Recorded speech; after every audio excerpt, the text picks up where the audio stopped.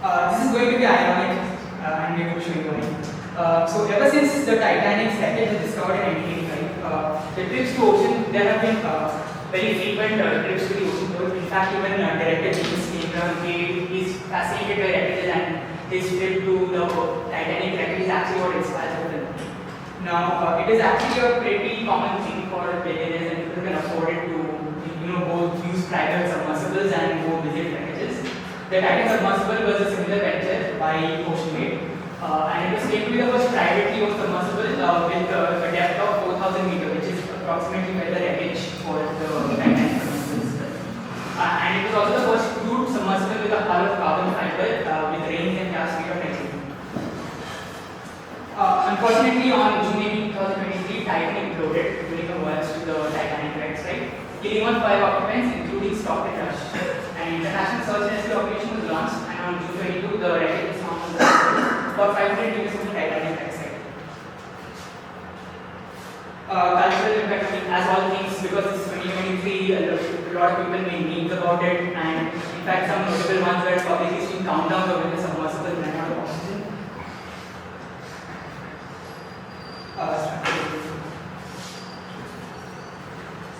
Let's now look into the structure of the submersible. So here we see, so this is a titanium cap, and then there's a hull. This is a hull made up of carbon fiber, and then here we have another cap, same like titanium cap, and then there's a tailboat that's just for the hydrodynamics part, and we also have a viewport which is made of acrylic. Now this carbon fiber hull that's around 5-inch thick, which is made of 5 layers. So in the engineering aspect view, it was like very prone to delamination, in a sense separation of the layers. And end caps are also attached.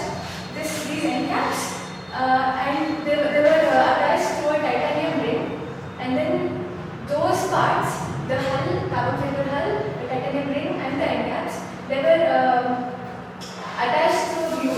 The titanium cap was again bolted using screws. Bolts. Yeah. So usually submersibles are made of fully titanium body, but this was made with a carbon fiber hull. That was a way of cutting the cost in the manufacture.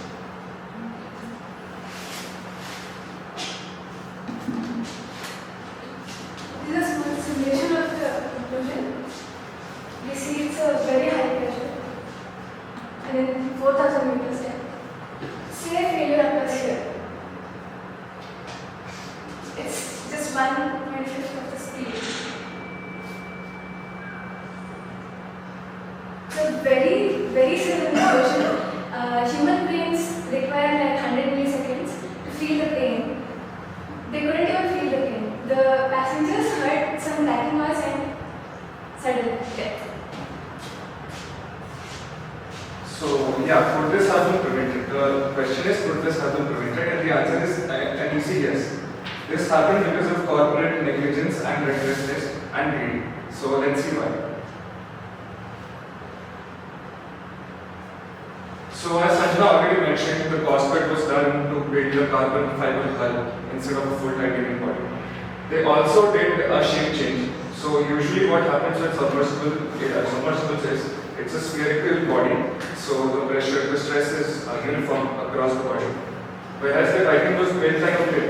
It was built like a pit to accommodate 2 more people than like the other submersibles.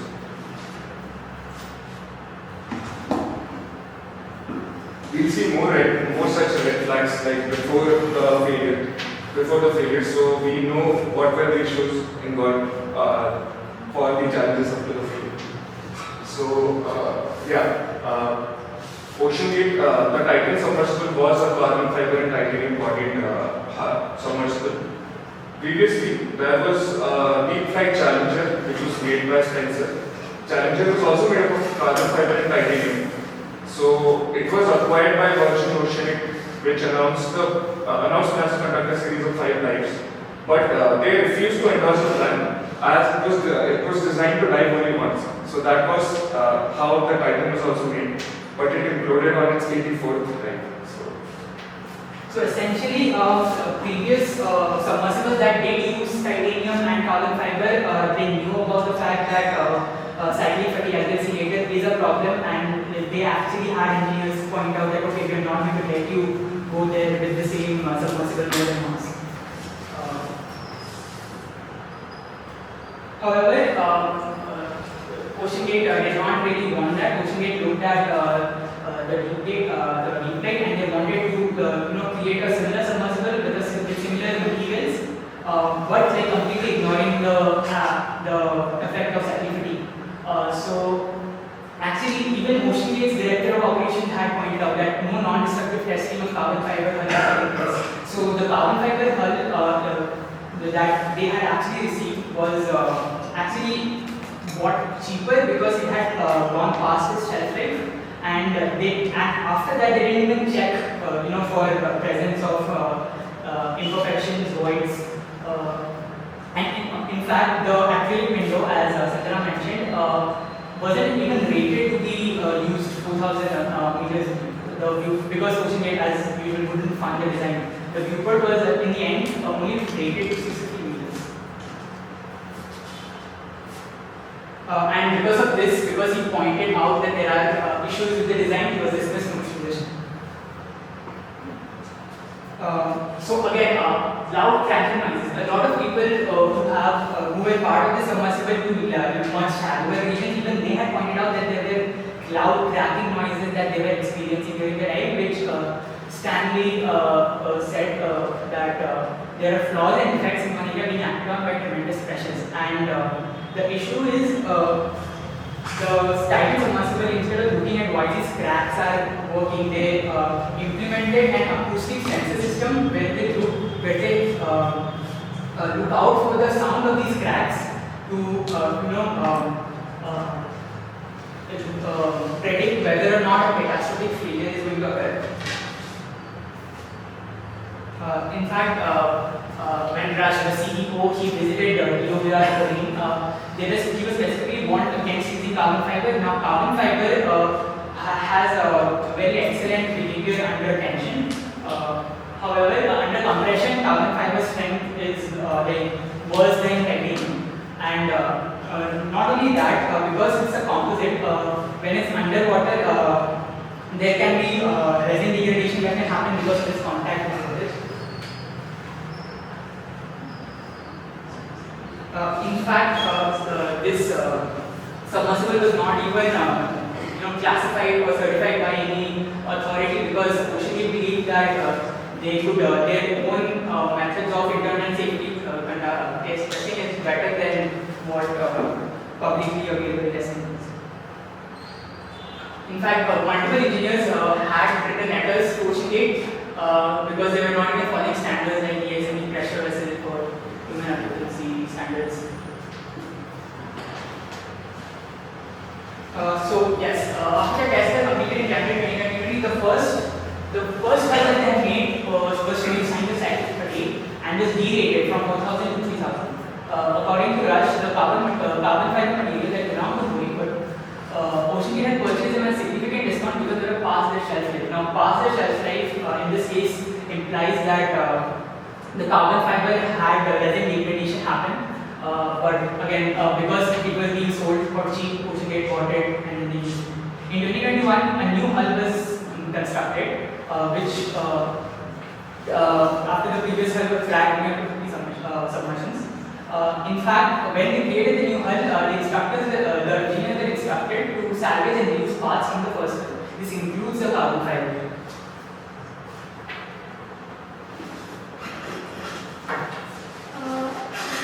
So the real issue here was cyclic fatigue. The problem was as the people of OceanGate designing this submersible, they wanted to cut cost. They wanted to minimize the cost of manufacturing. So what they did was, as Umang said, there was another hull. Hull is the part, cylindrical part. That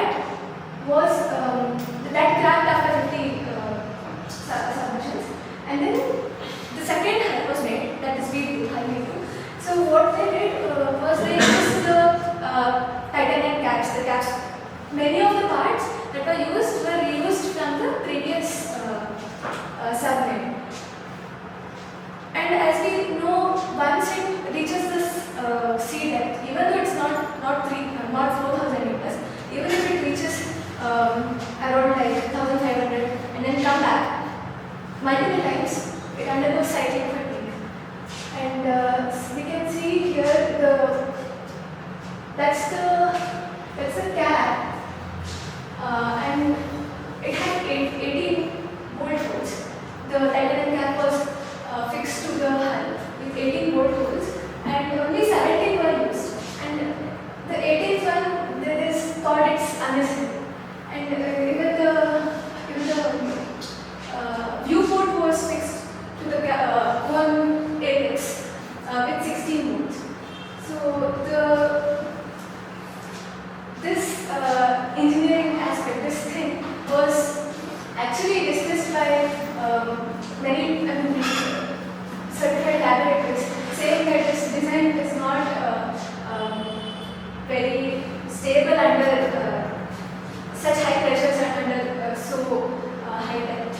But still they moved on with the design. So additionally also I would like to add that the glue bonds of the multi-bonded carbon fiber hull and titanium flanges where it was glue bonded, those were the significant weak points. So that's where we'll see the initial impact occurred. So exploring the causes of failure. So we see in the crash site there are lots of signs of delamination. We see these 1-inch thick layers of carbon lying around everywhere. So there were 5-layer thick multi-layered carbon fiber hull. So it got delaminated due to cyclic loading, due to multiple refrigerations, multiple types, and it finally just imploded.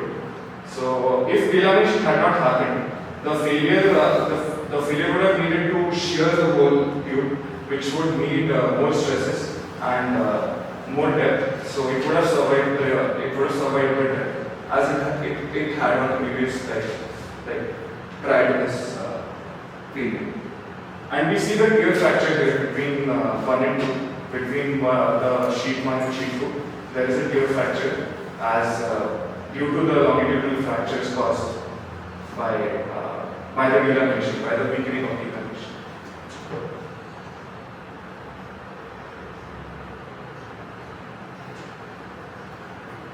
Yeah, so we'll now analyze what happened.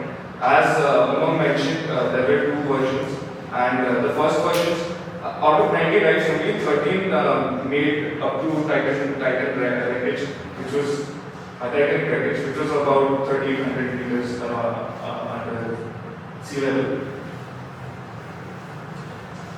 And yeah, the Titan V2 version was made, which as Sanjana said that it was the materials were used from V1, so it had significantly damaged.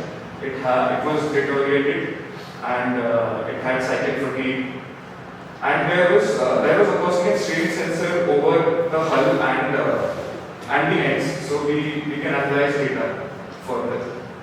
How a hull fails is it relies on airtight seal mechanism. It's different from a submarine. So when the seal is airtight, if there is a small difference in pressure, like a small tiny flow path, then a rapid collapse of air will happen and the implosion will happen. It is different from a submarine in the way that if a submarine is too submerged, water will first fill the submarine and it will go down.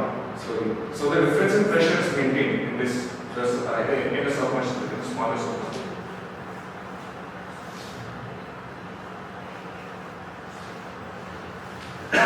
So yeah, we have sensor data from the hull.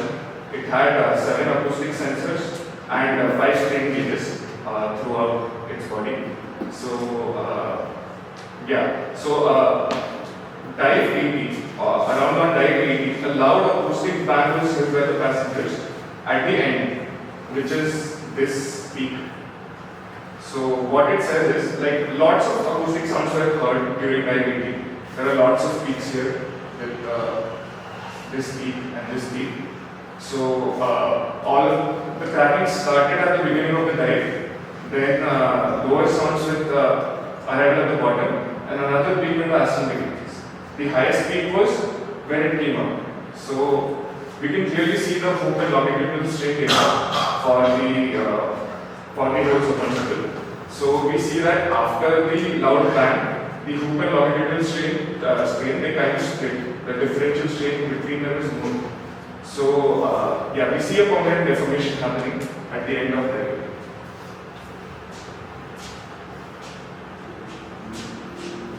Here we notice that this is the 80th time at 21st. Here the green one is the hoop stick and the purple one is the longitudinal stick. As we go deeper in the ocean, the difference between the hoop stick and the longitudinal stick. So the hoop is along this tangential and longitudinal is around the axis. And we notice that there is a difference in the strain produced at large depths. That causes uneven stresses in the sun. We notice here. And here, so these are like different dives and change in the amount of strain produced in each side. So starting from the blue one, which is 75th, and purple, which is 83, we notice that already there is a huge difference between the strain. So there was already we can note the difference. So that's caused due to the cyclic fatigue. And even though that strain was there, again the 84th tide was again catastrophic.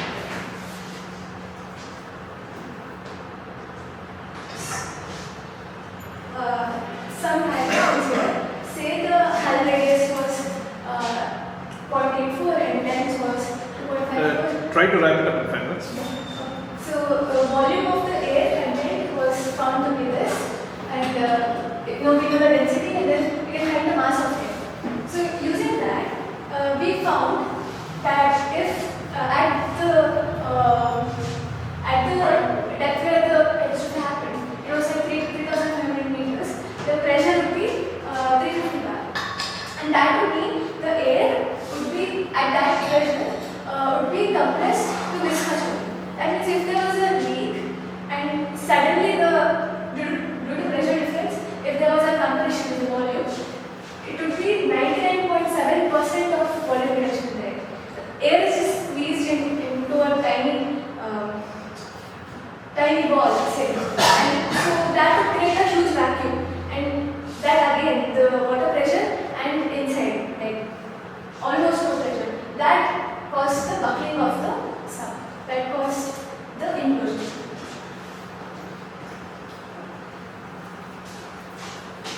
So as you can see, like as we observed, the sensor data revealed that cyclic loading produced audible and recorded cracking sounds, which was caused by like brittle glue cracking, adhesive unbonding, and progressive elongation of wires.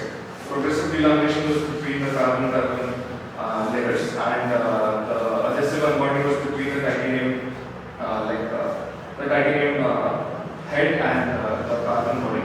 So under deep sea pressure, the elongation was exacerbated and aging was increased. And in this, the rectangular hull slabs that we see, like that we saw here. So the rectangular hull panels. These panels show that large longitudinal tear happened across the cross section of the